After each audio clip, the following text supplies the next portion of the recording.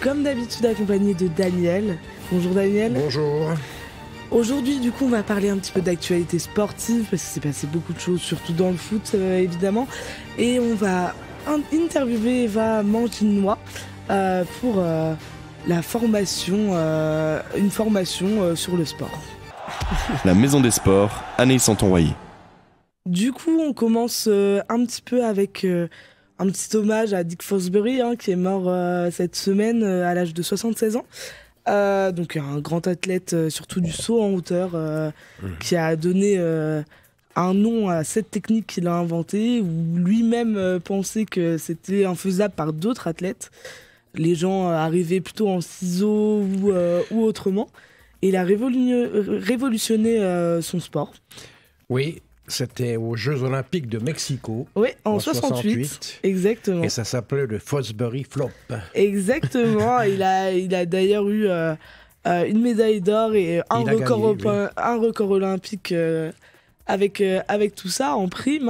Il a réussi à, oui, effectivement, révolutionner tout ce sport qui a fait que maintenant tout le monde saute comme ça nous paraît évident de sauter. Oui, il y a eu quelques petits problèmes parce qu'il y en a qui contestaient, parce que normalement en saut en hauteur, on ne doit pas passer la tête la première. Oui, effectivement, il y a eu un petit problème au début. Oui. Après maintenant, c'est vrai que c'est monnaie courante. Donc c'est vrai que 68, ça a été une grosse révolution. Même lui, il disait que c'était même l'un des pires sauteurs en hauteur de son état à l'époque. Et il a inventé cette technique, enfin inventé plus ou moins, mais il a mis en place cette technique qui lui a fait devenir une légende dans ce sport, qui a fait que Fosbury, effectivement, moi avant qu'il décède, je ne connaissais pas la personne. Et j'ai appris son existence grâce à ça. Pour moi, c'était juste effectivement une technique, un nom qu'on entendait Oui.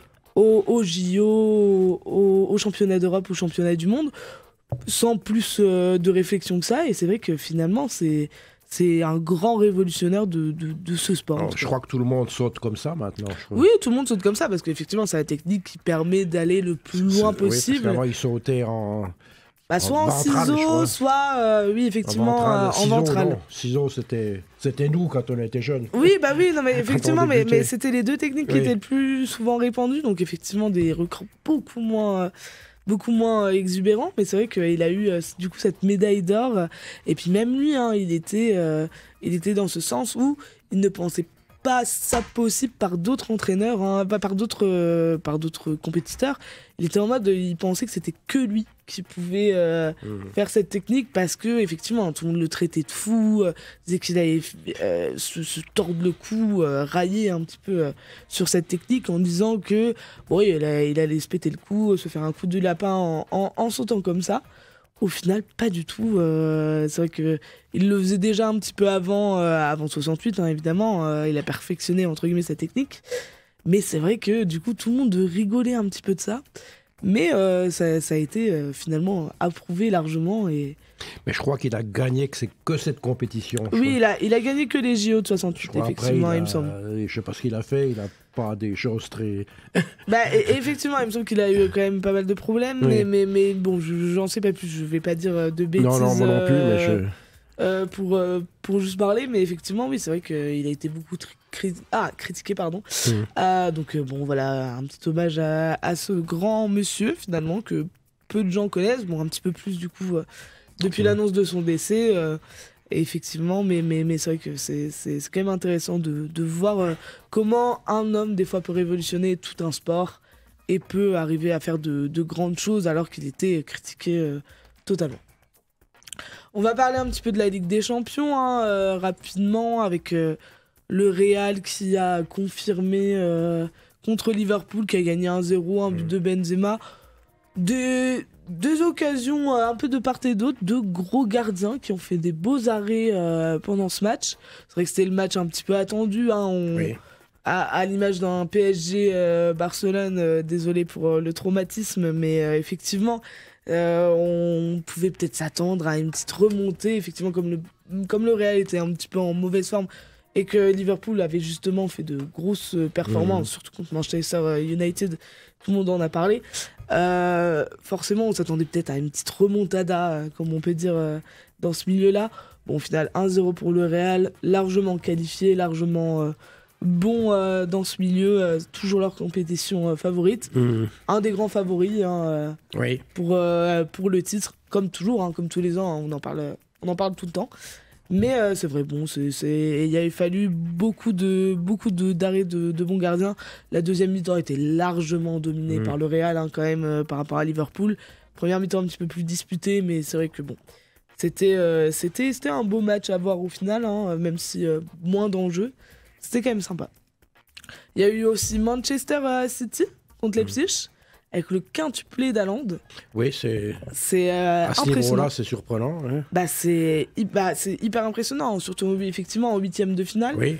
Il y a eu 2 personnes qui ont marqué des quintuplés avant lui, évidemment, en Ligue des Champions. Donc il y a évidemment Lionel Messi et il y a Luis Adriano, qui a été avec le Shakhtar Donetsk.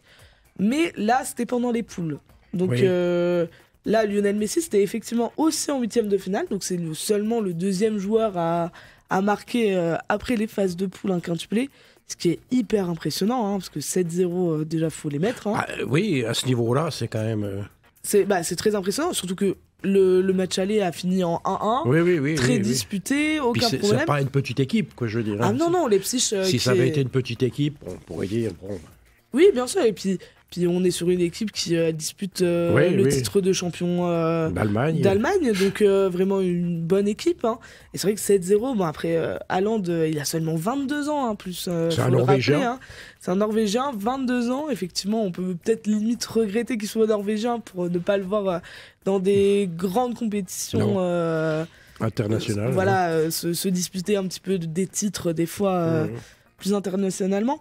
Mais c'est vrai que franchement, il a été sorti à la 63e minute, hein, pour dire 63 minutes. Il a fait un quintuplé en 36 minutes. Bon, évidemment, sur les 2 mi-temps, mais un triplé en première mi-temps, un doublé en deuxième mi-temps. Hyper impressionnant.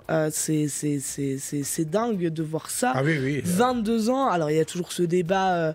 un peu, je pense que les gens essayent de réitérer ce petit débat Ronaldo-Messi qu'il y a eu pendant des années et des années. Ils essayent maintenant avec les jeunes de faire Haaland Mbappé. Et c'est vrai qu'il y a toujours ce truc de est-ce que Haaland est aussi bon que Mbappé ? Est-ce que ça va rivaliser ? Est-ce qu'il va y avoir une rivalité aussi forte qu'on a pu la connaître ? Non, parce que... il n'aura pas l'aura avec la Norvège, quoi. Avec la Norvège. Et puis, je trouve personnellement que Mbappé a toute une technique, une panoplie de choses à produire, que ce soit en passe décisive, etc. Haaland est un véritable neuf qui va marquer des buts. Alors, en termes de stats, ça peut être très très impressionnant. Je suis pas sûr qu'en termes de jeu pur et dur, ça soit aussi impressionnant qu'à Mbappé, qui peut apporter plus de choses à une équipe, qui peut faire tourner un match. Haaland va pouvoir finir, et il le fait très très bien avec City en ce moment. Mais c'est vrai que Mbappé, pour moi, a un niveau au-dessus en termes de talent. Mais c'est vrai que c'est hyper impressionnant, quoi. 22 ans, un quintuplé en Ligue des Champions, c'est assez dingue, et c'est super beau. Alors après, un but de Gundogan, un but de De Bruyne qui vont mettre le 7-0. De Bruyne qui met à la toute fin, mais c'est vrai que beaucoup de gens ont même râlé sur Pep Guardiola en disant pourquoi il l'a sorti aussi vite. Il aurait pu marquer 6 buts, il aurait pu dépasser Messi, il aurait pu s'inscrire dans l'histoire à 22 ans seulement finalement. Et Pep Guardiola a même déclaré du coup il a même dit s'il arrivait à marquer 6 buts à 22 ans, sa vie sera ennuyeuse. Maintenant, il peut le faire pour l'avenir. Donc c'est pas forcément faux. Après bon, c'est une belle excuse, mais c'est vrai que beaucoup de gens disaient oui bon, il veut garder le record de Messi, du coup il l'a fait sortir. Ça fait un peu râler tout le monde, parce que forcément on a envie de voir des records se multiplier comme ça. Ça aurait pu être le cas. Bon, il est sorti finalement comme ça. Pour en revenir à Messi et Mbappé, j'ai entendu dans une radio que Messi aurait dit qu'il hésitait à re-signer au Mbappé Saint-Germain. Ok, d'accord, ouais. C'était plein d'humour. Bah oui, bien sûr, mais c'est vrai que après, le Paris Saint-Germain compte sur Mbappé de toute façon maintenant. Sur lui, ce n'est que lui. Hein. On a beau avoir un Messi, un Neymar à côté dans cette équipe, effectivement, c'est un peu... C'est Mbappé qui est la star du club, qui est là pour... C'est la star de la France, même. Oui, c'est pour moi le grand avenir du football, la star du foot qui va arriver, qui va être là. Et qui est déjà là, Et puis oui, effectivement, il a seulement 24 ans, aussi, il faut le rappeler, c'est des joueurs très jeunes dont on parle. Il y a eu ce truc de Messi, Ronaldo, mais c'est vrai qu'un Mbappé impressionne énormément. Alors peut-être qu'il n'aura pas des stats aussi impressionnantes qu'un Messi qui a marqué 91 buts en une saison. On est sur des choses stratosphériques qu'ont fait ces deux joueurs. C'est vraiment très impressionnant. Alors, forcément, du coup, on s'attend peut-être à plus, mais des fois. Mais un Mbappé peut prétendre à faire beaucoup de choses plus tard. Et c'est vrai que c'est la grande star du Paris Saint-Germain. Je pense que le Paris Saint-Germain pourrait même essayer de vendre un Messi et un Neymar pour garder Mbappé. Parce que c'est lui qui fait le groupe, c'est lui qui est en même temps en plus une image assez clean, assez amour du club, amour de Paris, tout simplement. Donc forcément, il y a tout ce cumul. Bon, un petit peu à Inter-Porto, ça finit en 0-0. Porto qui a poussé un petit peu jusqu'au bout. Du coup, c'est l'Inter qui finit par se qualifier en quart de finale puisqu'ils ont gagné 1-0 à l'aller. Bon, un match pas très intéressant, juste les 5 dernières minutes où Porto pousse extrêmement jusqu'à passer des barres, des transversales, etc. Bon, voilà, donc Pépé de Porto qui se prend un rouge à la fin parce que deuxième carton jaune, assez classique, j'ai envie de dire. Mais bon, forcément, Porto qui sort, l'Inter qui reste bien, et les équipes italiennes qui continuent sur une belle lancée. L'AC Milan, Porto et Naples qui a gagné 3-0 et effectivement contre Francfort. Ça reste 3 équipes italiennes. Je pense que c'est du très peu vu ou presque jamais vu depuis un moment. Et c'est hyper impressionnant, Naples qui a confirmé totalement, qui a fait un très bon match aussi contre Francfort, 5-0 cumulé, donc largement qualifié. Non, c'est assez intéressant de voir ça. On va parler un tout petit peu de Nice aussi, parce que quand même ils sont qualifiés. La dernière équipe française en Coupe d'Europe, quand même. Je jouais contre l'équipe moldave, donc c'est pas... Ligue Europa Conférence, c'est pas le plus reluisant non plus. Mais il fallait quand même qu'elle se qualifie. Voilà, ça fait plaisir quand même de voir une équipe qui va se qualifier enfin. Effectivement, on a perdu toutes les équipes dernièrement, entre Monaco, etc. Paris Saint-Germain, évidemment. Donc voilà, Nice qui se qualifie 3-1 du coup au retour, ils avaient gagné 1-0 à l'aller, à l'extérieur. Franchement, tant mieux. Bon, Ligue Europa Confluence, forcément, effectivement, pas les choses qu'on attend le plus. C'est pas la Ligue des Champions, c'est pas la Ligue Europa non plus, même. Mais bon, c'est un bon début, on va dire. C'est un beau lot de consolation, on va dire. Oui. Et puis la liste des Bleus que Deschamps a annoncé hier. Avec un ancien ancéen. Avec un ancien ancéen, avec une nouvelle fratrie qui se reforme au sein de l'équipe de France, après les Hernandez, les Thuram. Il joue où, le deuxième Thuram? Il joue à Rennes, si je me trompe pas. À Rennes? Oui. Kefren Thuram joue à Rennes, il est milieu de terrain. Oui. Du coup, deux frères aussi qui vont se retrouver, qui sont pas en concurrence dans le même poste comme les frères Hernandez qui sont tous les deux latéraux gauche. Il y a quelques surprises, Samba qui en termes de gardien qui a été pris je pense certainement troisième. Ça joue entre Areola et Samba justement pour le poste de troisième gardien. Franchement intéressant. Ça récompense Lens à mon avis. Exactement, ça récompense largement Lens. Lafont n'a pas été pris, ce qui peut être un peu décevant pour lui. Peut-être que Areola aurait pu être évincé pour lui, parce que Areola n'est pas sur une très bonne lancée en ce moment. Il a un petit peu perdu de sa splendeur, si on peut dire ça. Alors c'est paradoxal, parce que Samba, il n'était pas titulaire à Nancy. Oui. Et puis il a eu des problèmes d'ailleurs. C'est ça qui est assez étonnant. Au final, c'est que des fois, des joueurs, des gardiens ou des joueurs qu'on ne s'attend pas forcément voir, au final, font une belle carrière derrière. Bon, je pense qu'il a pour lui le Lens, quoi. Ah bah bien sûr, oui. Les résultats de Lens, quoi. Il fallait, Même si c'est sur une mauvaise période en plus en ce moment pour Lens, en plus, malheureusement. Mais c'est vrai que y a tout ce début de saison où ça a été incroyable pour cette équipe-là. Forcément, ça récompense un petit peu. Et puis, je pense que c'est toujours une très bonne expérience pour ce genre de joueurs. Oui.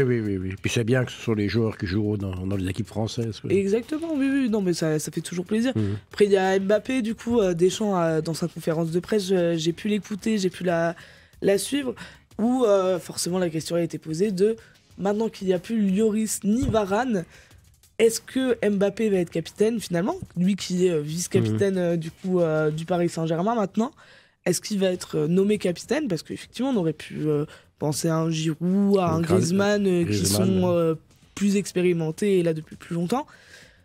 Deschamps a dit que lui, il était plus sur ce principe d'avoir un capitaine assez longuement, parce que la question a été aussi posée, est-ce qu'on pourrait avoir plusieurs capitaines?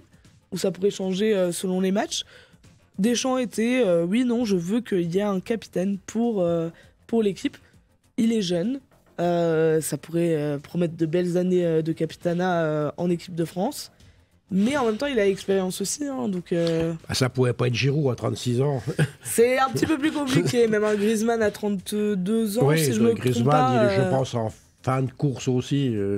Il est bien revenu pendant la Coupe du Monde quand même, mais effectivement, c'est des joueurs en fin de carrière quand même, 32 ans, 36 ans. On est sur des joueurs qui n'ont pas encore pris leur retraite. Bon, à 36 ans, à mon avis, il est en fin de carrière. Voilà, effectivement, peut-être un euro. 32, peut-être un peu moins. Mais... 32, ça va, normalement. Mais il y a eu un petit coup de mou, effectivement, aussi. Mais c'est vrai que peut-être pas le leadership. Après, il y a aussi ce problème de caractère, de... pouvoir leader dans un groupe, pouvoir être là, être présent pour les autres. Et Mbappé a apparemment ce caractère-là fait qu'il pourrait être capitaine de cette équipe de France.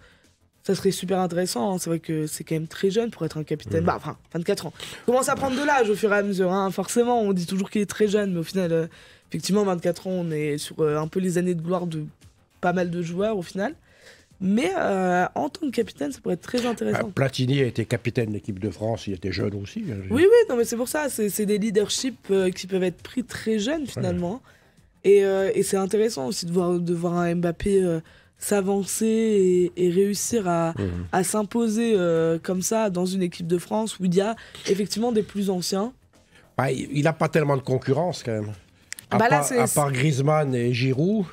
Qui sont pas des leaders de base en plus. Donc, oui, qui sont puis plus... Giroud, il a quand même en fin de carrière. Donc Giroud en fin de carrière, puis Griezmann, je pense, n'a pas son truc, à mon avis. Ouais, voilà, je pense que oui, c'est pas son délire, comme on dit. Oui, puis c'est pas un meneur d'homme, lui.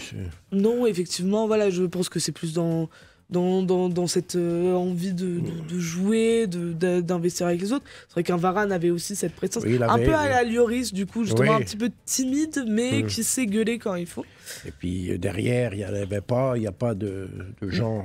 on s'attendait à Varane une fois que Lloris était parti. Bon, Varane a pris sa retraite aussi moralement, apparemment. Un Pogba aurait pu y être, mais Pogba est blessé, a été blessé, voilà. Donc, et puis c'est pas sûr qu'il revienne, effectivement. Un Kimpembe qui était le vice-capitaine de Kimpembe, il doit bien avoir 28 ans maintenant. Oui, mais un peu trop jeune en équipe de France. Oui. Il n'a pas cette expérience où il joue pas assez, effectivement. Il y en a un qui aurait pu, c'est le milieu de terrain, là, je ne sais plus comment il s'appelle, qui a joué au Paris Saint-Germain, mais il avait eu des problèmes avec Adrien Rabiot. Oui, lui, il aurait pu, oui. Eh ben, la question a été posée justement il a eu des problèmes avec l'équipe de France, là, donc... effectivement, il y a un journaliste qui a posé cette question, un journaliste d'une presse italienne qui justement a posé la question en disant que effectivement, l'Italie, dans leur club, franchement, brille par leurs résultats. Est-ce qu'un Adrien Rabiot pourrait être capitaine ?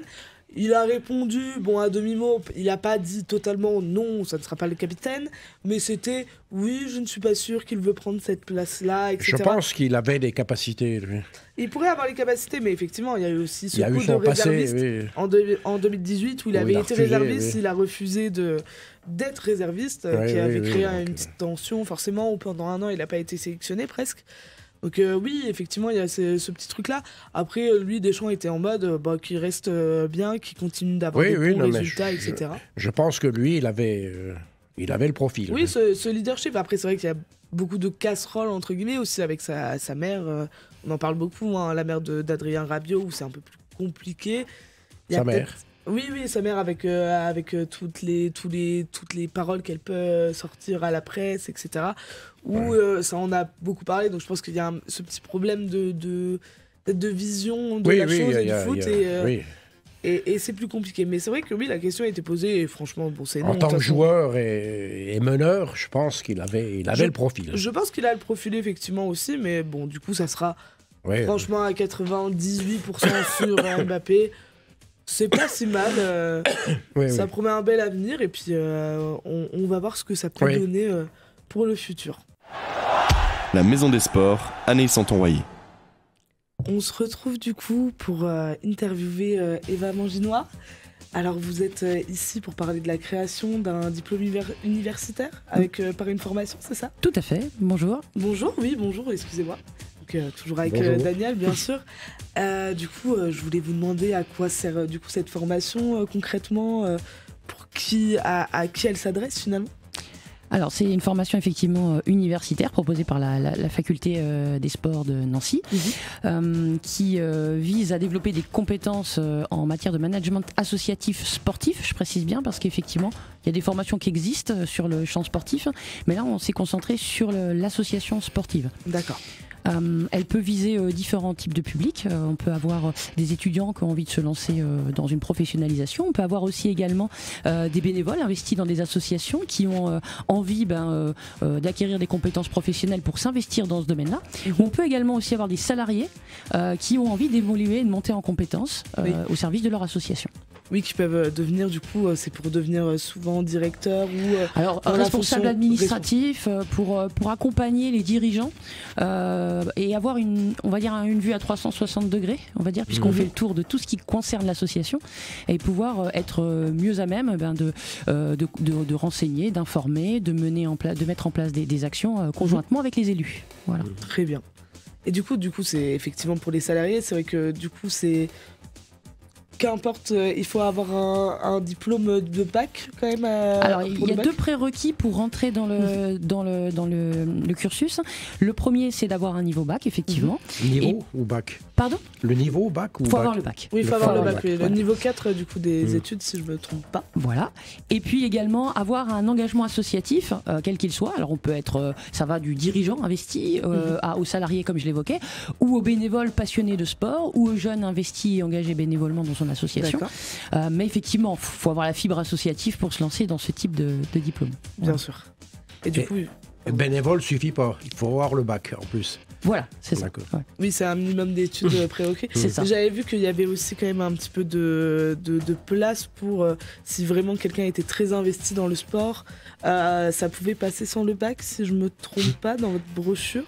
Alors, pour moi, c'est niveau bac. Après, si vraiment il y a des questions spécifiques sur sur la candidature, sur les possibilités de s'engager sur le diplôme, là, il faut contacter la faculté parce qu'ils seront plus à même de renseigner sur ces sujets-là. Voilà. Oui, bien sûr, oui, comme c'est en relation avec STAPS, exactement, oui. C'est l'université qui gère les candidatures et les inscriptions. Parce qu'on est bien sûr des candidatures qui sont étudiées, et c'est pour ça qu'on va, enfin pas moi, mais en tout cas l'université va étudier l'engagement, le cursus, et peut-être effectivement laisser la possibilité d'accéder avec peut-être de la VAE, j'en sais rien, à voir, et ou si c'est le cas, des diplômes niveau bac qui peuvent permettre de faire quand même l'entrée en cursus. Voilà. Bien sûr.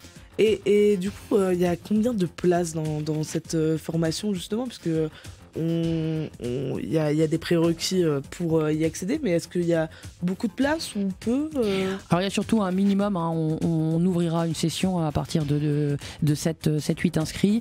Après au niveau des places, on va essayer de faire une promotion d'une vingtaine de personnes, ce serait raisonnable. Voilà, oui, parce assez classique. Finalement, une salle de cours. Voilà, c'est ça. Assez logique. Ça dure un an? Alors, l'idée, c'est d'avoir une formation assez rapide, c'est-à-dire en 6 mois, vous avez suivi, puisqu'on ne l'a pas évoqué, mais c'est une formation 100% à distance. Ça ne veut pas dire que vous êtes seul, ça veut dire que vous avez de la souplesse dans votre parcours. Il y a 5 domaines à aborder. On pourra y revenir peut-être après, mais en tout cas, ils seront étalés sur 6 mois, avec une alternance de contenu vidéo à visionner, d'exercices à faire, de recherches à faire, des classes virtuelles. Donc là, effectivement, du contact avec des intervenants universitaires spécialisés dans le domaine associatif, et puis également des gens qui sont dans le métier, qui sont issus du mouvement sportif et qui ont une expérience ou une spécificité par rapport au domaine qu'on va aborder. D'accord. Et oui, du coup, la formation, alors j'ai vu que ça durait 120 heures du coup en ligne. Et il y a aussi un stage à faire pour s'imprégner du coup du milieu encore plus associatif malgré que les gens en viennent. Alors oui, tout à fait, 120 heures. Donc pour finir de répondre à la question posée, effectivement, qui s'étaleront sur à peu près 6 mois. Sorti de là, effectivement, il y a le stage, mais qui peut être fait et qui doit être fait dans le temps de travail en ligne. Et puis au sortir de ça, il y a la rédaction d'un mémoire. Voilà. L'immersion dans une association va permettre de rédiger le mémoire. Et je pense en 7 mois, il est possible de valider l'obtention de son diplôme sans problème. Et surtout, j'insiste sur le fait que c'est compatible du coup avec un double projet. C'est-à-dire qu'on peut très bien, comme je l'ai dit, être salarié et suivre la formation. On peut très bien être étudiant et puis faire ça sur ses heures du soir. On peut très bien être un professionnel qui souhaite se reconvertir et travailler le soir pour ça. Il y a de la souplesse.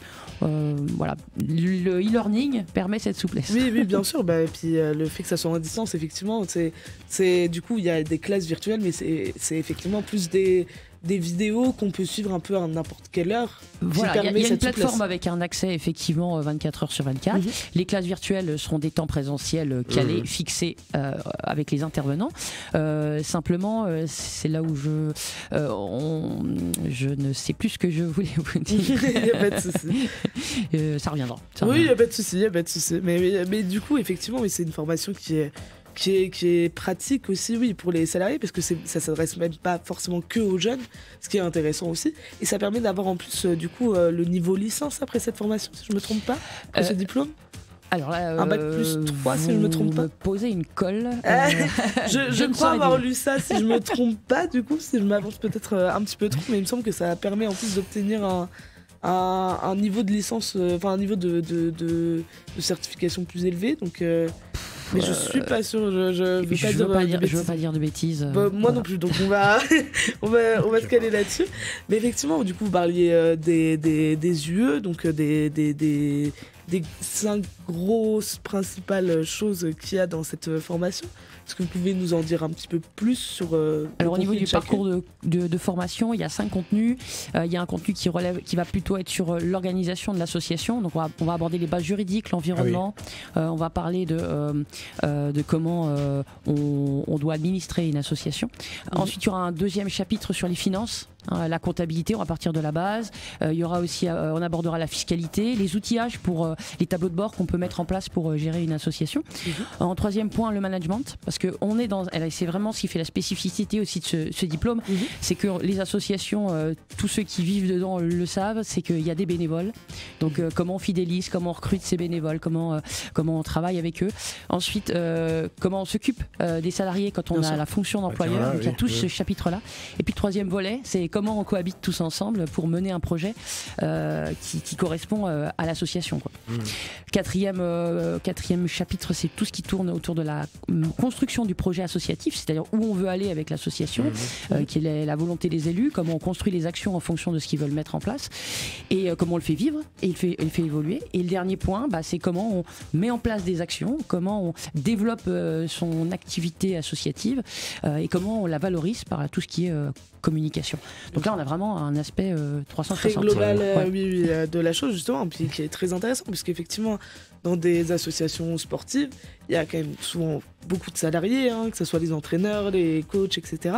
Donc, il y a beaucoup d'aspects à avoir, effectivement. Donc, c'est vrai que j'allais vous poser la question de l'avenir après ce diplôme. Effectivement, c'est souvent soit continuer des études, si j'ai bien lu, ou être du coup dans une fonction plus importante. C'est vraiment l'idée d'être opérationnel et de s'investir directement. Oui, c'est ça. Hein.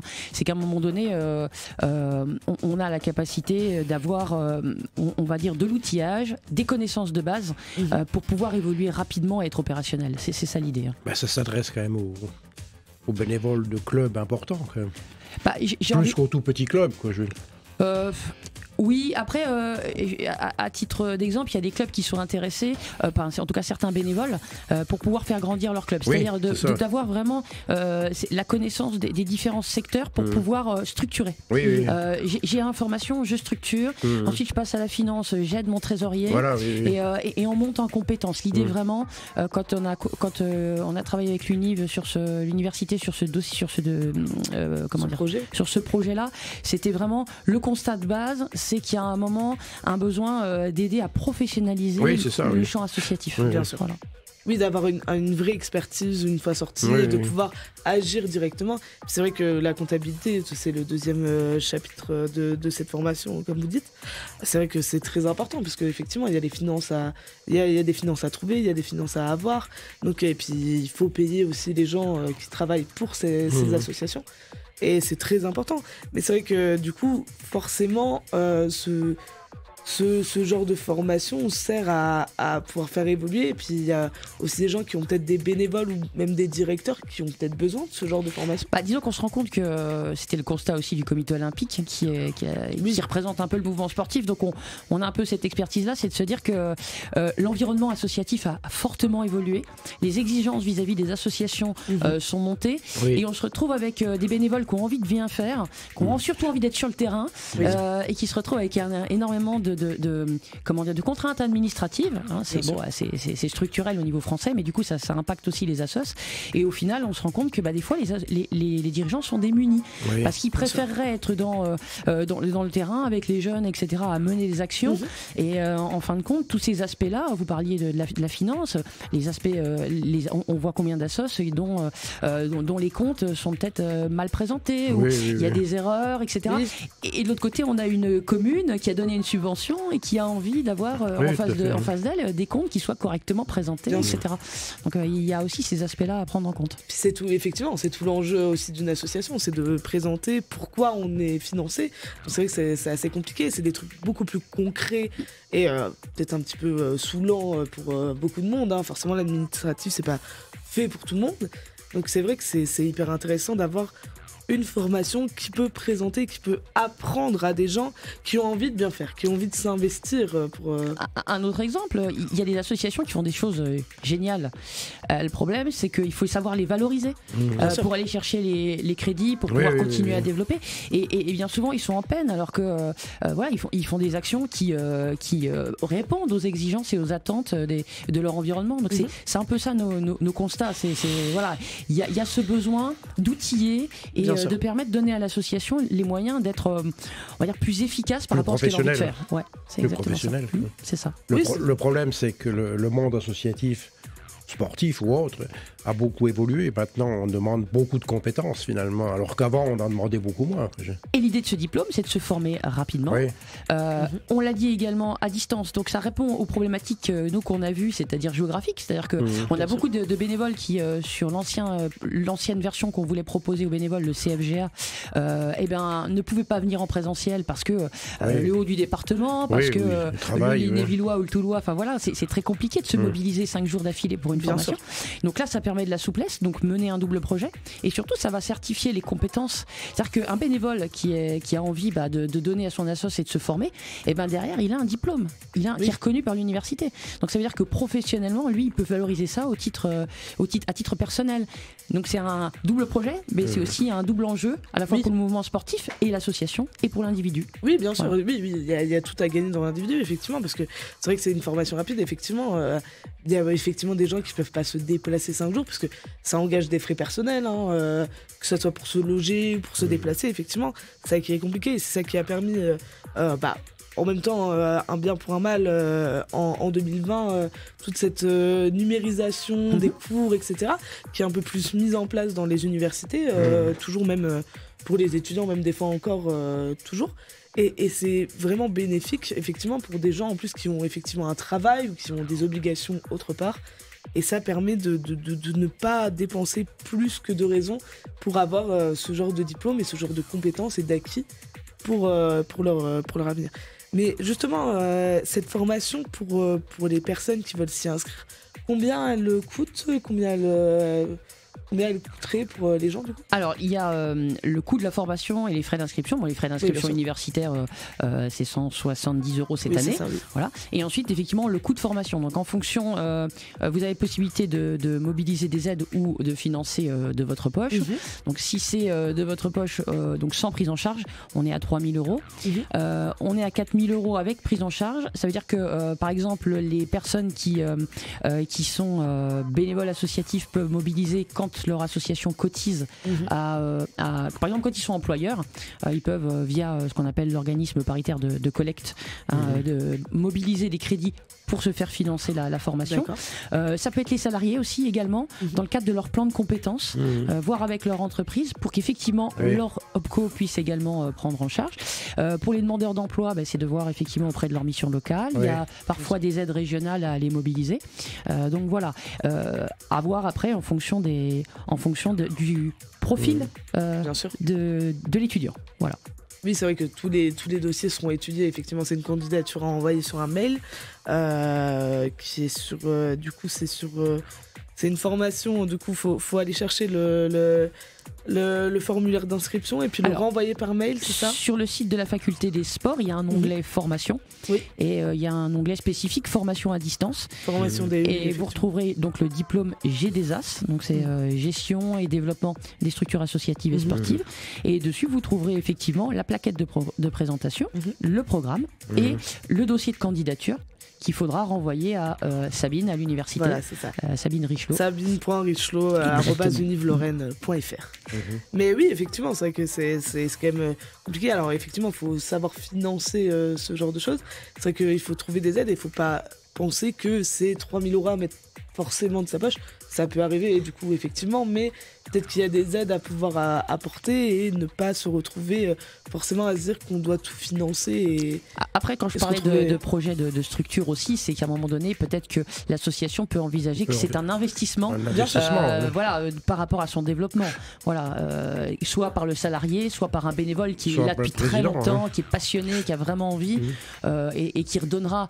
C'est vrai que dans certaines formations, j'ai des témoignages de gens qui ont formé des jeunes et qui ont payé le diplôme et puis le jeune est parti. Mais là on est dans un cas de figure un peu différent parce qu'effectivement si vous avez un salarié en interne il y a une possibilité d'évolution et ou des bénévoles qui effectivement sont là depuis longtemps, ils vont pas se former pour s'en aller, ils vont en faire bénéficier leur structure. Bien sûr, voilà. Et puis il y a souvent tendance dans les associations sportives je trouve à avoir un attachement aussi du club ou de l'amour du maillot etc. pour certains trucs, donc forcément ça aide aussi à effectivement rester dans ce club et effectivement à pas s'en aller directement. C'est vrai que c'est un bon investissement pour certains clubs qui peuvent avoir cet intérêt-là d'avoir plus de formalités, plus de mise en œuvre de tout ce qu'il faut. Une structuration.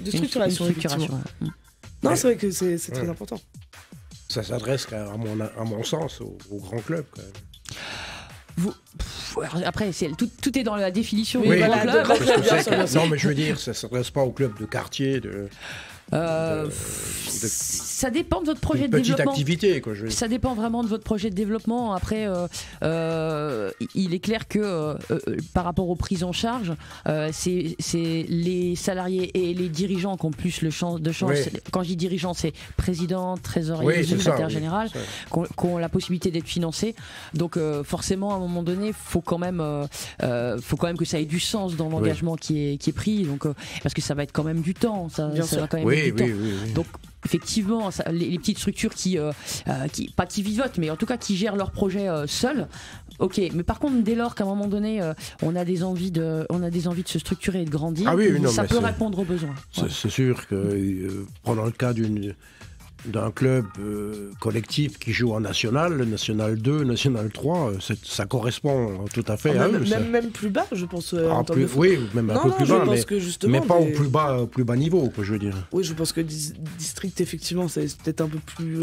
Ça dépend effectivement de l'ambition. J'en reviens au projet, en fait. J'en reviens surtout au projet de l'association, parce que vous avez des clubs, comme vous dites, qui sont bien structurés et qui vont pas forcément voir l'intérêt de ce truc-là, parce qu'ils sont déjà bien structurés et qu'ils estiment que voilà, c'est vraiment en fonction du besoin de structuration. Voilà, en tout cas pour la structure. Après pour l'individu, c'est un autre engagement ou un autre choix. Oui, et puis en plus, entre guillemets, 120 heures de formation, c'est quand même pas énorme, hein, surtout sur 6 mois, c'est pas grand chose. Hein, pas mal. 120 heures sur 6 mois, à peu près, par exemple pour un salarié, ça le mobiliserait un jour par semaine. Voilà. Oui, ce qui est totalement correct et ce qui peut convenir à beaucoup de gens et qui peuvent, peuvent avoir leur vie à côté, effectivement.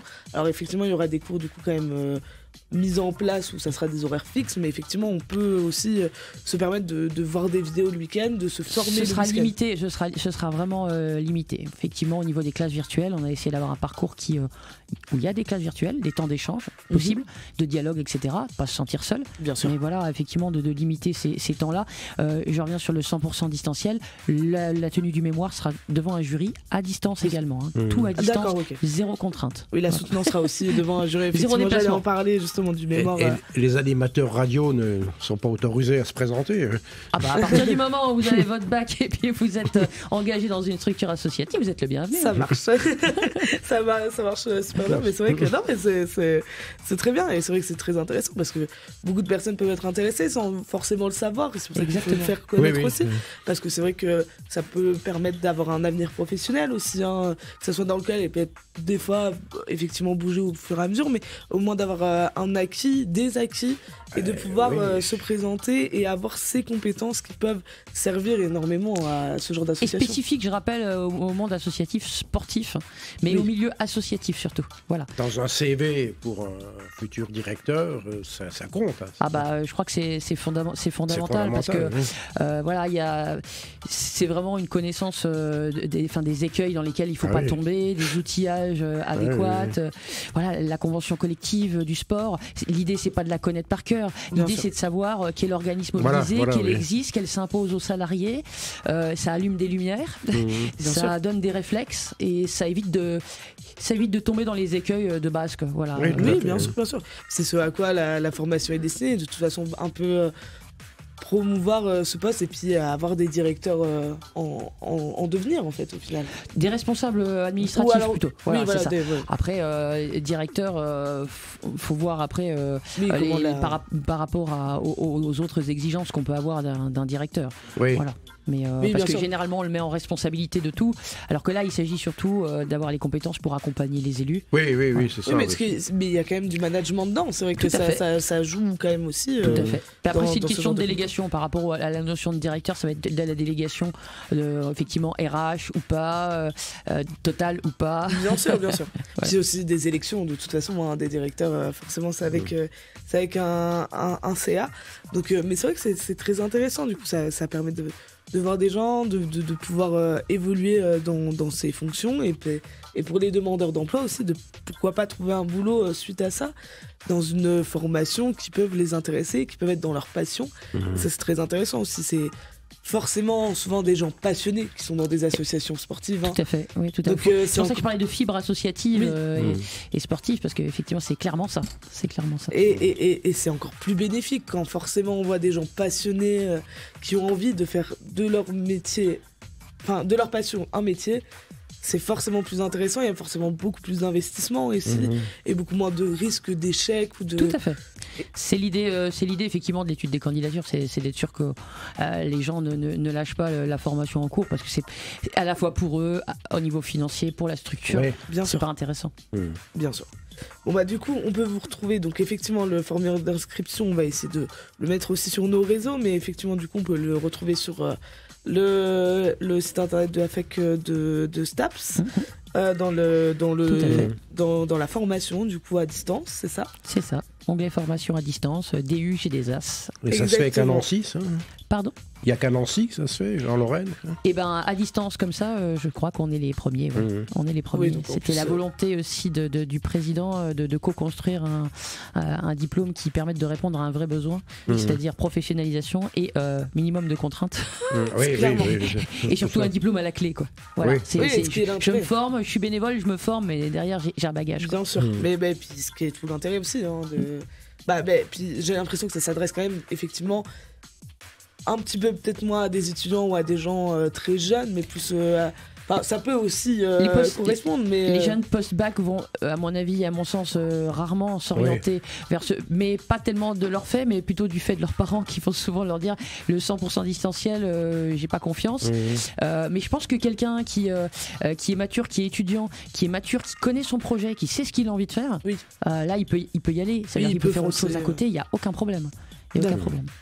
Et ben voilà, du coup, on peut retrouver le formulaire d'inscription. Il faudra le renvoyer sur une adresse mail. Les candidatures seront du coup étudiées apparemment par un petit comité avant d'être acceptées. Comité universitaire, oui, effectivement. Et voilà, et puis après, bon, les codes seront donnés, si j'ai bien compris, pour justement avoir accès à cette plateforme. Voilà, une fois que l'inscription est faite, que les modalités administratives sont faites, les étudiants ont accès à la plateforme et le parcours de formation se lance, sachant que la prochaine ouverture de session, c'est octobre 2023. Voilà, c'est ça. Ce sera la première. Voilà.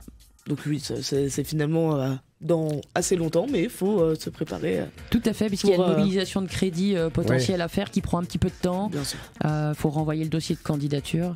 Donc voilà, et puis donc un petit peu de délai. Donc n'hésitez pas à prendre l'information. Et puis nous, on va essayer de mettre en place aussi une information continue.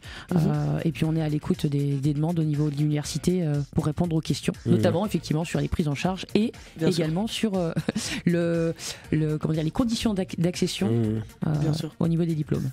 Pas de soucis. Eh bien, merci beaucoup en tout cas. C'était un plaisir de vous recevoir. Et puis, du coup, pensez-y. Si vous êtes intéressé, n'hésitez pas à aller sur le site du coup de l'université pour voir ce formulaire, voir aussi les brochures et peut-être se renseigner et voir un petit peu plus les choses en profondeur. Du coup, merci beaucoup Eva d'être venue. Merci de m'avoir reçu. Eh bien, il n'y a pas de souci. On va passer à un titre de Népal et on se retrouve pour les annonces des matchs de ce week-end. La Maison des Sports, Anaïs Santon-Royer.